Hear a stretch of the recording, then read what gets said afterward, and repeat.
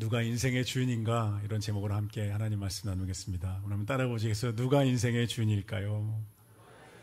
옆에 보시면서 한번 인사하시겠습니다. 누가 인생의 주인일까요? 이해실 사모님이라는 분이 성경이 읽어지네라는 책을 만드셔서 한국교회에 굉장히 큰 도움을 주고 계십니다. 교회에서 이제 사모님이신데 교회 성도들에게 성경을 가르치고 싶었는데 교재가 없던 거예요. 남편 목사님에게 성경 교재를 좀 만들어 주세요 했는데, 저는 바쁘니까 사모님도 신학을 했으니까 만들어 보세요 해서 만들었는데, 교회에서 반응이 너무 좋아서 발전시켜서 책으로 냈고, 또 한국교회 많은 성도들이 그 책을 가지고 성경 읽기에 도움을 받고 있습니다. 저희 교회도 연초에 한 이렇게 일주일 정도 이 책을 가지고 성경 통독반을 열면 어떨까, 이런 생각도 합니다. 근데 그 책에서 이실 사모님이 성경을 관통하는 질문이 하나 있다는 거예요. 그리고 그 질문을 가지고 성경을 해석해야 된다고 우리에게 말해줍니다. 그 질문이 뭐냐 하면, 누가 진정한 왕인가? 라는 질문이에요. 성경은 이 질문을 가지고 흘러가고, 이 질문을 우리에게 던지고, 이 질문에 답을 하고 있다는 것입니다. 누가 인생의 주인인가 할 때 이 주는 주인이라는 뜻입니다. 주인님 할 때 주인, 건물주, 또 집주인 할 때 진짜 주인, 소유하신 분이라는 뜻이죠. 구약 성경의 주님을 아도나이, 히브리어로 아도나이라고 하는데, 아도나이는 온 세상을 창조하고 또 그 세상을 소유하고 다스리는 분을 의미합니다.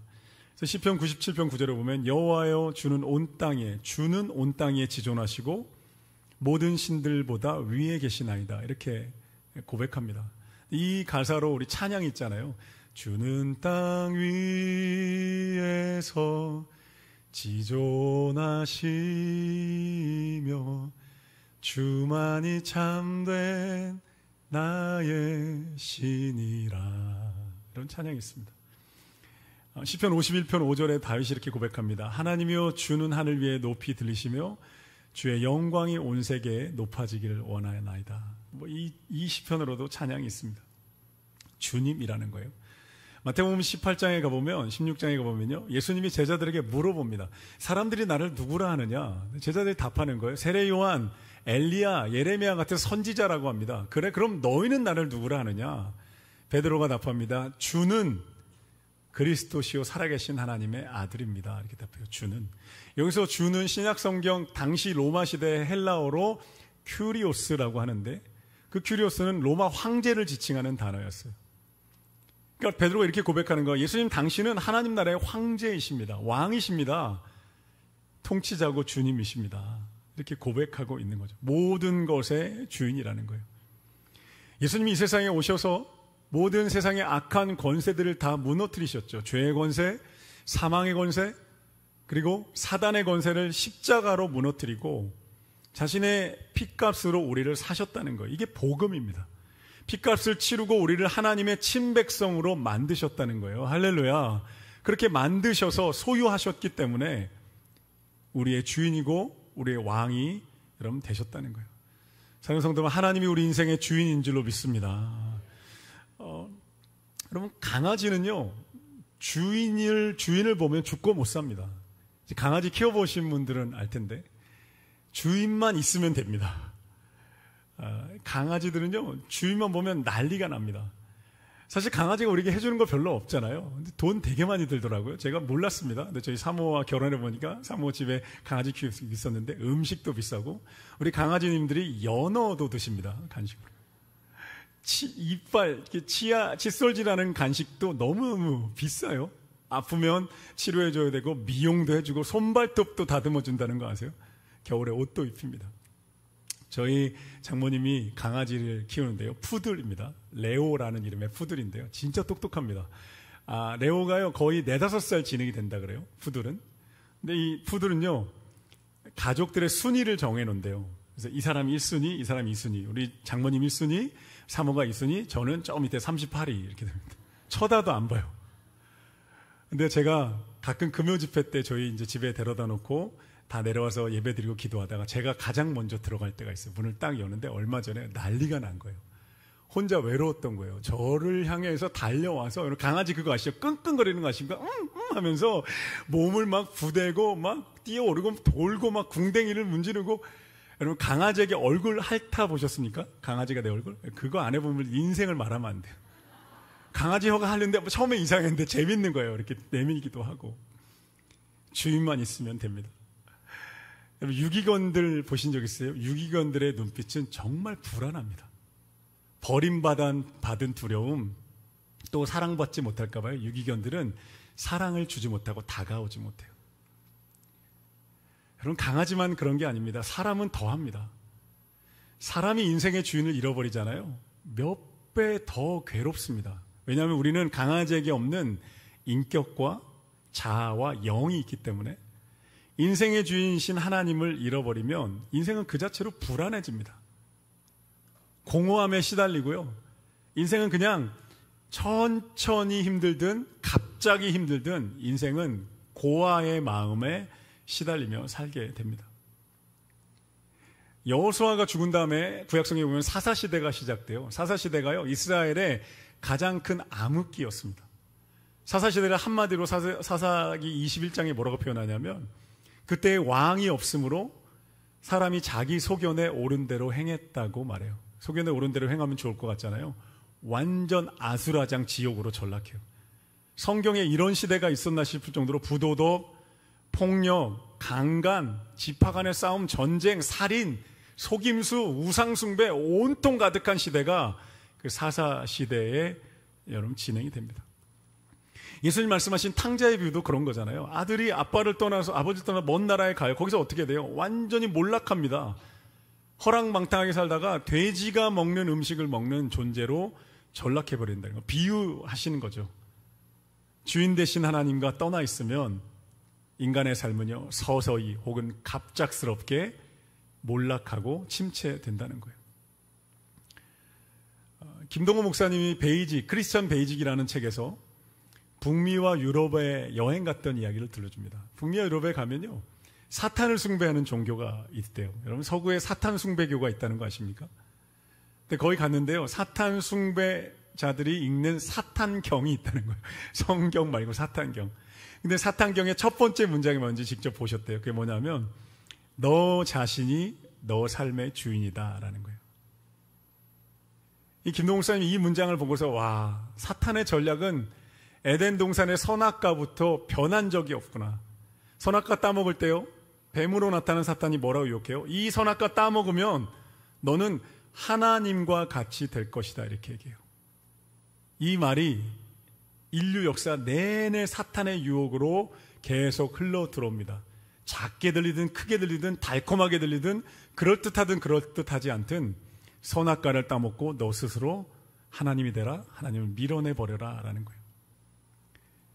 여러분, 우리는 이 세상의 주인이 아닙니다. 하나님이 만드신 세상이에요.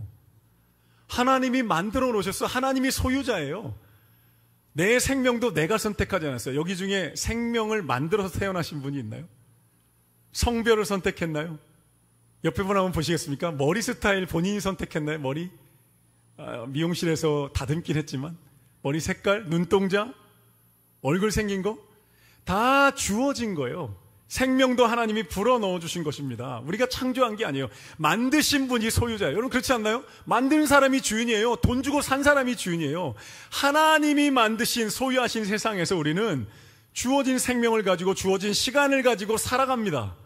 세입자처럼, 렌트카처럼요, 펀드 매니저처럼 주어진 것을 가지고 인격이 있습니다. 자율권이 있습니다. 우리에게 그 존귀함이 있을지라도 우리는 이 세상의 주인이 아니고 내 생명의 주인이 아닙니다. 하나님이 만드신 세상에서 주어진 시간을 살다가 우리는 다 내려놓고, 내 거 아니니까요, 다 내려놓고 하나님께로 돌아갑니다. 사도행전 17장 24절 25절에서 이렇게 말씀합니다. 우주와 그 가운데 있는 만물을 지으신 하나님이 천지의 주인이시라. 그는 만민에게 생명과 호흡과 만물을 친히 주신 분이다 말씀합니다. 여러분, 내가 내 인생의 주인이라면요, 내 자신이 전지전능해야 돼요. 심장을 향해서 뛰어라 그러면 뛰어야 돼요. 그렇게 하실 수 있는 분이 있나요? 심장이 안 좋아요, 괜찮아, 치료돼야 돼요. 재채기가 나올 때 멈춰 그럼 멈춰야죠. 죽음이 다가올 때 잠깐 거기 있어 그러면 멈춰야죠. 내 몸이 아플 때에도, 환경이 어려울 때 이제 그만하면 환경이 멈춰야 돼요. 안 듣잖아요. 안 듣습니다. 내가 주인이 아니니까요. 제가 재작년 10월에 충수염 맹장염 수술을 받으러 갔는데요. 병원에 가서 동네 내과에서 진료받는데요. 갑자기 더 아파하더니 거기서 쓰러졌어요. 거의 기어서 진료실에 들어갔습니다. 들어가가지고 선생님이 진료하는데 이거 큰 병원 가야 될 것 같아요. 의뢰서 써주셨어요. 그걸 들고 기어서 거의 운전해가지고 평촌의 한림대 성심병원 가서 수술 받았습니다. 너무너무 아픈 거예요. 여러분 생각해보세요. 내 몸이잖아요. 왜 내 마음대로 안 돼요? 내가 야 잠깐 병원 갈 때까지만 진정해. 병원 가서 잠깐 자 이제 수술하세요. 자 벌려. 내 말 하나도 안 듣습니다. 여러분 그거 너무너무 다 느끼지 않나요? 연골 아프신 분들 무릎이 연골, 내 연골이잖아요. 자 힘내, 걷자, 뛰어. 안 들어요. 허리 통증, 역류성 속쓰림, 편두통, 내 인생, 내 미래잖아요. 하나도 내 맘대로 안 됩니다. 우리는 전능한 존재가 아닙니다. 내 인생의 주인은 내가 아닙니다. 여러분 돈이 주인 된 세상입니다. 돈이 주인이 아닙니다. 돈이 주인이라면 돈이 다 해줘야 돼요.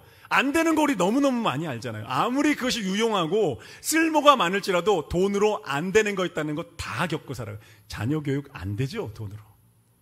건강이요, 잘 안 되죠. 내 삶의 어떤 상황이든 이 돈으로 안 되는 것들을 우리가 경험하며 살아갑니다. 여러분 돈이 주인 되면요, 돈 때문에 가정 깨지고 인격이 피폐해지고 돈 때문에 인생이 폐인이 됩니다. 도구일 뿐인 거예요. 아무리 유용해도. 여러분 날카로운 칼이요, 고기를 자유롭게 썰지라도 그 칼은 도구에 여러분 불과한 거죠.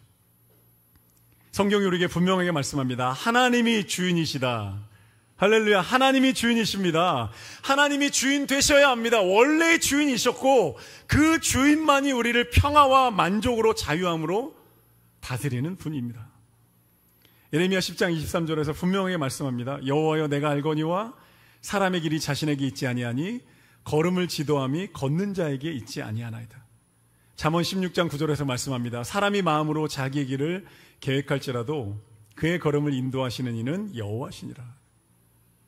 여러분 사람이요 인생에 대해서 미숙하면 두 가지를 모릅니다. 인생에 대해 두 가지를 모릅니다. 첫째는 나 자신을 모릅니다. 미숙하면요. 두 번째는 내가 할 줄 모른다는 사실을 모릅니다. 이게 미숙한 거예요. 제가 어릴 때 로버트 태권브이라는 만화 영화가 전국을 강타한 적이 있습니다. 여러분 기억하십니까? 제 또래 위아래로 달라랄랄라 로버트야 나랄랄라 태권브이 정의로 뭉친 주먹 로버트 태권브이 장난감을 가지고 온 동네 아이들이 막 놀았어요. 내가 로버트 태권브이다. 아니다 나다. 아니지 나지 하면서 막. 근데 엄마들이 걱정했다는 거예요. 왜냐하면 로봇 태권브이를 들고 자기가 로봇 태권브이라고 계단에서 뛰어내리고 베란다에서 뛰어내린다는 거예요. 아이들은 자기가 뛰어내릴 줄 모른다는 것을 여러분 몰라요. 그 인생에 대해 미숙한 겁니다. 내가 어떤 존재인지, 어디로부터 와서 어디로 어떻게 살아가는 존재인지를 면밀하게 정확하게 못 본다는 거예요. 나폴레옹이 이런 말을 했죠. 내 사전에 불가능은 없다. 긍정의 힘을 북돋우는 말로 오늘 우리가 사용합니다. 여러분 그런데요, 전쟁에 몇 번 이기고 땅을 정복한다고 내 사전에 불가능이 없다는 것은요, 나는 로버트 태권브이다 라는 말과 똑같은 거예요. 그런 존재가 아니거든요. 그 착각으로 인해 나폴레옹은 인생이 추락합니다. 전쟁 몇 번 승리했다고 그런 착각에 사로잡혔다가요, 프랑스의 수많은 젊은이들 전쟁터에 몰아넣어 죽게 만듭니다. 수많은 젊은이들이 전쟁에서 총알바지로 칼바지로 죽어요. 그리고 나폴레옹이 세인트 헬레나 섬에 유배돼서 거기서 비참하게 인생을 맞이합니다. 저 불가능이 없다면서요. 왜 죽어요? 불가능이 없다면서요. 왜 유배돼요? 불가능이 있고 전지전능하지 않은 인생, 내가 누구인지에 대해 그는 몰랐던 거죠. 여러분 오늘 본문 말씀 보십시오. 땅과 거기에 충만한 것과 세계와 그 가운데 사는 자들은 다 여호와의 것이라고 성경은 분명하게 말씀합니다. 왜냐하면 2절에 여호와가 그 터를 바다 위에 세우시고 강들 위에 건설하셨기 때문입니다. 하나님이 지으신 세상이라는 거예요. 어떤 인생이 복된 인생인가? 4절에 보면 손이 깨끗하며 여호와를 찾아서 5절에 그는 복을 받고 구원의 하나님께 의를 얻으리니 6절 말씀 함께 읽어보겠습니다. 다 같이 시작. 이는 여호와를 찾는 족속이요 야곱의 하나님의 얼굴을 구하는 자로다. 아멘. 나를 지으신 하나님이 어떤 분인지를 알아가는 인생, 그분이 다스리며 그분이 주인 되심을 인정하며 내 인생을, 인간됨을 인정하는 인생, 거기서부터 진짜 인간다움의 의미가 발견되는 거예요. 진짜 인생의 의미를 찾게 되는 거고요. 그 주인이 결산하는 날이 있다는 것을 알면 내 인생을 지혜롭게 구조조정하고 아름다운 열매를 향해 우리는 살아가게 됩니다. 그래서 오늘 본문에서 이렇게 말합니다. 영광의 문드라 7절에 문드라 너희 머리를 들지어다. 영원한 문드라 들릴지어다. 영광의 왕이 들어가시리로다. 영광의 왕이 누구시냐? 강하고 능한 여호와시오 전쟁에 능한 여호와시로다. 이렇게 말씀합니다. 여러분, 하나님이 세상을 지으신 소유자라는 거예요. 우리에게 주어진 건 사용권입니다. 하나님이 지으신 세상에서 일시적으로 사용하다 갑니다. 내 거 아닙니다. 아무것도 못 가져갑니다. 하나님은 하나님의 영광을 받으시고 인간은 인간의 기쁨과 만족과 평안을 누립니다. 하나님은 창조하셨습니다. 우리는 누립니다. 하나님은 다스리십니다. 우리는 순종합니다. 하나님이 보호하십니다. 우리는 안전합니다. 이게 명확한 진리이고 질서라는 거예요. 이걸 깨닫는 순간에, 질서가 세워지는 순간에 진짜 성경이 말하는 인간다움이, 사람다움이 보이기 시작하는 거예요. 선을 넘지 않는 거죠. 세상을 둘러보십시오. 자기가 신인 것처럼, 하나님인 것처럼 그 모임과 기업과 가정을 지배하려 드는 악한 자들 때문에, 주인 노릇하는 악한 자들 때문에 그곳에 얼마나 많은 고통과 여러분 상처가 있어요. 폭력을 행사하는 아버지, 직원들과 외국인 노동자를 착취하는 기업가들, 북한 땅 말할 것도 없고 수많은 곳들의 그들로 인해서, 자신의 인간됨을 알지 못하는 그들로 인해서 세상 고통당하고 그리고 아픔을 경험합니다. 예전에 청년 한 명이 저에게 상담을 하러 온 적이 있어요. 이렇게 얘기했어요. 목사님, 하나님이 내 인생의 주인이면 저는 종에 불과한 건가요? 아무것도 아닌 건가요? 하나님, 저는요 주체적으로 열심히 살고 싶은데 제가 아무것도 아니라는 뜻인가요? 얘기를 많이 길게 나눴어요. 저도 공감이 됐어요. 왜냐하면 저도 열심히 살고 싶고 자유로운 인격을 가지고 풍성한 삶을 살고 싶었어요. 이런저런 얘기 공감을 서로 주면서 성경에 있는 이야기를 여러 가지 우리가 정리하기 시작했어요. 몇 가지 진리가 정리됐습니다. 첫째, 열심을 가지고 주체적으로 사는 인생 잘못된 거 아니다. 하나님이 주신 인생 우리가 살아가야 한다. 둘째, 그러나 우리 안에 있는 얼토당토하는 교만을 깨달아야 된다. 선악과로부터 시작된 하나님과 같이 되려는 그 선악과 DNA를 우리 안에 있다는 걸 깨달아야 된다. 세 번째, 그 선악과 DNA 토해내야 된다. 하나님과 같이 되려는 내 주인인 양 행동하는, 하나님이 없는 것처럼 행동하는 이 선악과 토해내야 나는 진짜 하나님의 자녀다운 인간담을 살아가게 된다. 이런 얘기 나눴어요. 하나님이 처음 만드신 세상이 그런 곳이었어요. 하나님이 영광과 사랑을 쏟아부어 세상을 만드시고 우리는 그 안에서 존귀함을 누리도록 창조되었습니다. 할렐루야, 할렐루야. 그 질서라는 거예요. 하나님과의 관계라는 거예요. 하나님의 그 사랑과 영광 안에서 기쁨과 평안을 누리도록 우리는 살아갑니다. 주어진 시간과 주어진 생명을 누리며, 여러분 생각해 보세요. 외교 특사를 생각해 보십시오. 협상 대표를 생각해 보세요. 그들에게 주어진 자율권, 펀드 매니저를 생각해 보십시오. 자율권이 있습니다. 인격이 있습니다. 존귀한 삶을 살아갑니다. 그러나 세상의 소유자고 주인이신 하나님을 인정하며 살아갈 때 우리는 질서 가운데 살아가는 거예요. 제가 어제 설교를 준비하다가 이렇게 바람 쐬러 산책을 나가요. 산책하다 보면 하나님이 참 마음에 말씀 많이 하십니다. 산책을 하며 이렇게 걷고 있는데 하나님 이런저런 마음으로 하나님과 대화하는데 하나님 이렇게 말씀하셨어요. 이 목사야, 내일 설교 가운데 가장 중요한 포인트가 있다. 그게 뭔데요, 하나님? 하나님 저렇게 이렇게 말씀하셨어요. 인생의 주인이 누군가를 말할 때 그 주인 되신 하나님이 가장 좋은 아버지라는 사실이다. 우리의 주인 되신 하나님은 부도덕하고 폭력적인 어색하고 인색한 주인이 아니라 그 주인 되신 하나님이 너희의 가장 좋은 아버지라는 사실을 전해야 된다. 할렐루야. 너무 좋지 않나요? 저 이런 감동이 올 때마다 하나님께 매료돼요. 사랑하는 성도 여러분, 여러분도 하나님께 매료되는 순간순간이 있게 되기를 예수님의 이름으로 축복합니다. 여러분, 우리가 하나님이 주인 되심을 인정하면 종으로 전락하는 것이 아닙니다. 요한복음 1장 12절에 이렇게 말씀합니다. 영접하는 자 곧 그 이름을 믿는 자에게는 하나님의 자녀가 되는 권세를 주셨으니 라는 거예요. 하나님 아버지가 되시면 우리는 자녀가 되는 권세가 주어진다는 거예요. 자녀가 사형권뿐만 아니라 자녀의 권세가 우리에게 주어집니다. 할렐루야. 하나님의 아버지의 보호하심 아래서 아버지의 사랑 안에 살아갑니다. 아버지가 내 삶의 주인 되시고 주인이 내 아버지 되시면 내 삶을 지키고 인도하시는 은혜를 누리게 되는 거예요. 여러분, 교회는 은혜가 있는 곳이잖아요. 치유하시는 은혜, 위로하시는 은혜, 꿈꾸게 하시는 은혜, 도와주시는 하나님의 은혜가 있는 곳, 하나님 아버지의 집에서 풍성한 삶을 살게 되기를 예수님의 이름으로 축복합니다. 여러분, 아이들이 친구를 집에 초대할 때 이렇게 말하잖아요. 우리 집에 가자. 아니, 자기가 집 사는데 뭐 돈을 낸 게 있다고. 가구 사는데 뭐 돈을 낸 적이 있나요? 근데 아이들은 말합니다. 우리 집에 가자. 왜요? 엄마 아빠 집이 내 집인 거예요. 거리낌이 없는 거예요. 우리 집에 가자. 저희 교회에서 5층에 가면 사택이 2채 있는데요. 제가 한 채 쓰고 우리 부목사님 한 분이 씁니다. 유모 목사님이 쓰고 있는데 그 목사님 아들이 초등학교 3학년인 거예요.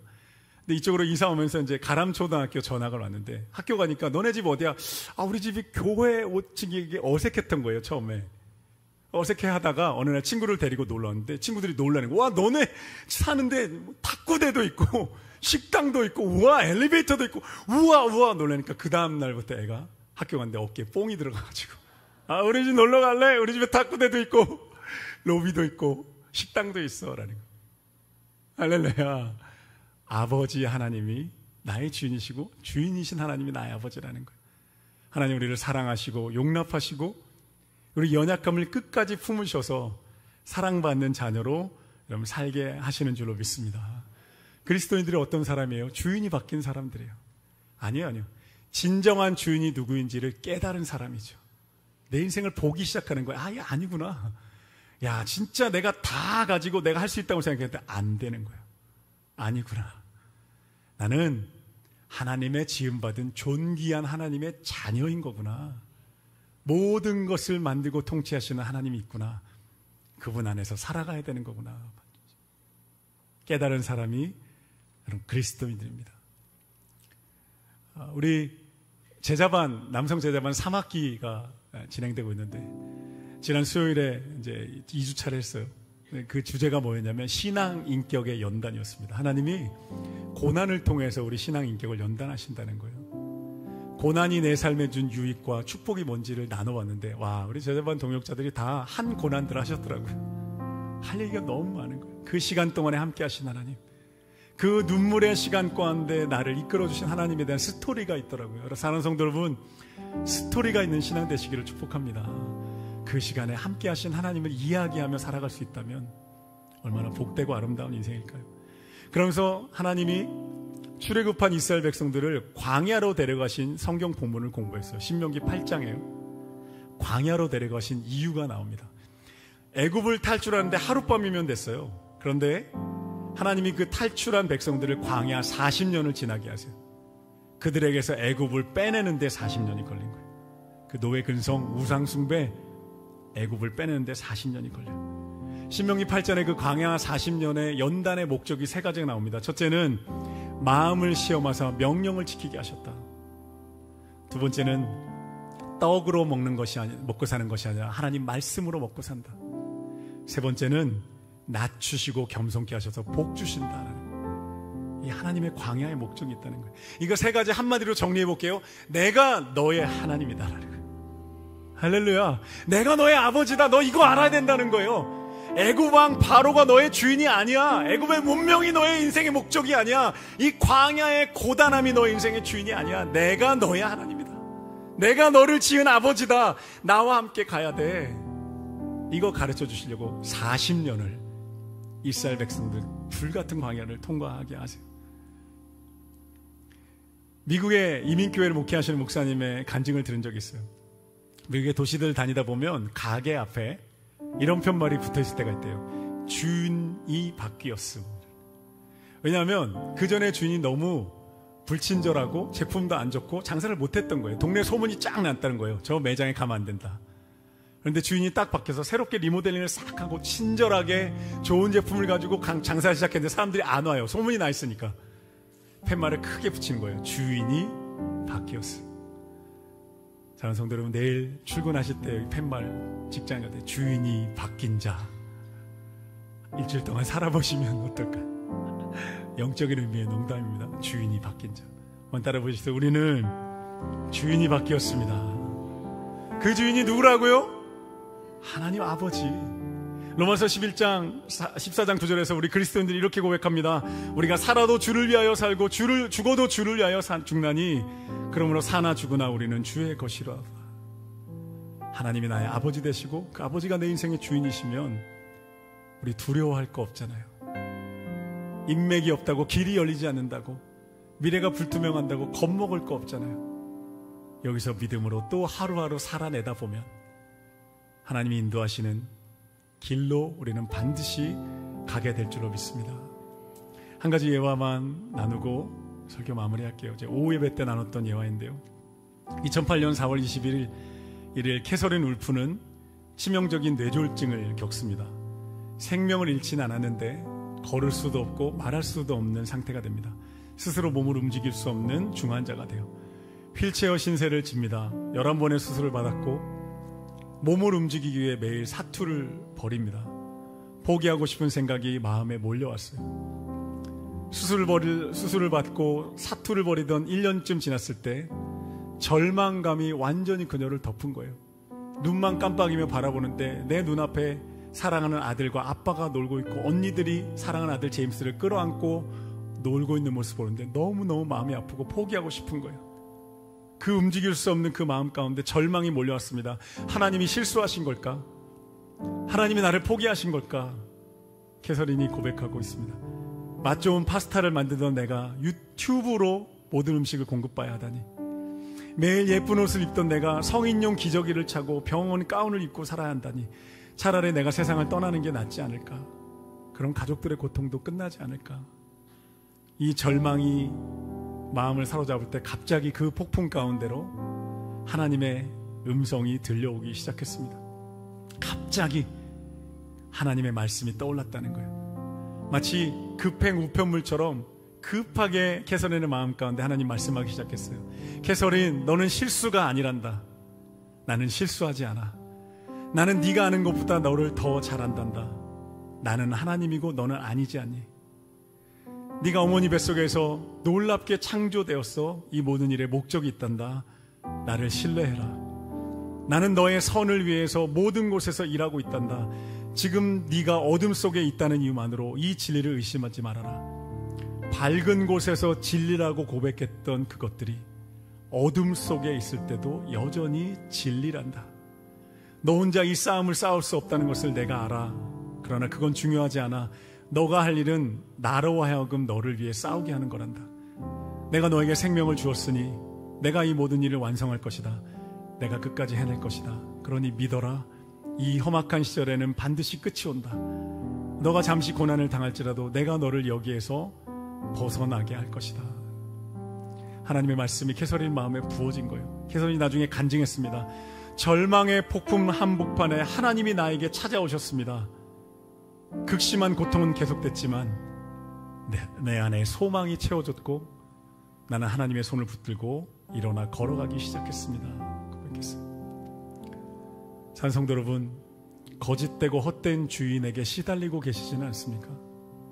주인이 아닌데 내 인생의 주인인 것처럼 따라가고 계시지는 않은가요? 하나님만이 우리 인생의 주인이고 주인이 되셔야 합니다. 하나님만이 우리를, 그 아버지만이 우리의 인생을 이끌실 수 있는 유일한 분입니다. 하나님과 동행하는 한 주간 되시기를 예수님의 이름으로 축복합니다. 기도하겠습니다. 하나님, 온 세상을 지으시고 온 세상을 주관하시며 내게 찾아와 너는 나의 존귀한 자녀라고 말씀하여 주시니 감사합니다. 내가 너의 아버지가 되어줄 것이고 내가 너의 하나님이 되어줄 것이고 내가 너와 평생 동안 동행할 것이니 일어나 나와 함께 가자 말씀하시니 감사합니다. 하나님, 모든 성도들의 삶 가운데 찾아오셔서 주인 되어주시고 아버지 되어주시옵소서. 예수님의 이름으로 기도드렸습니다.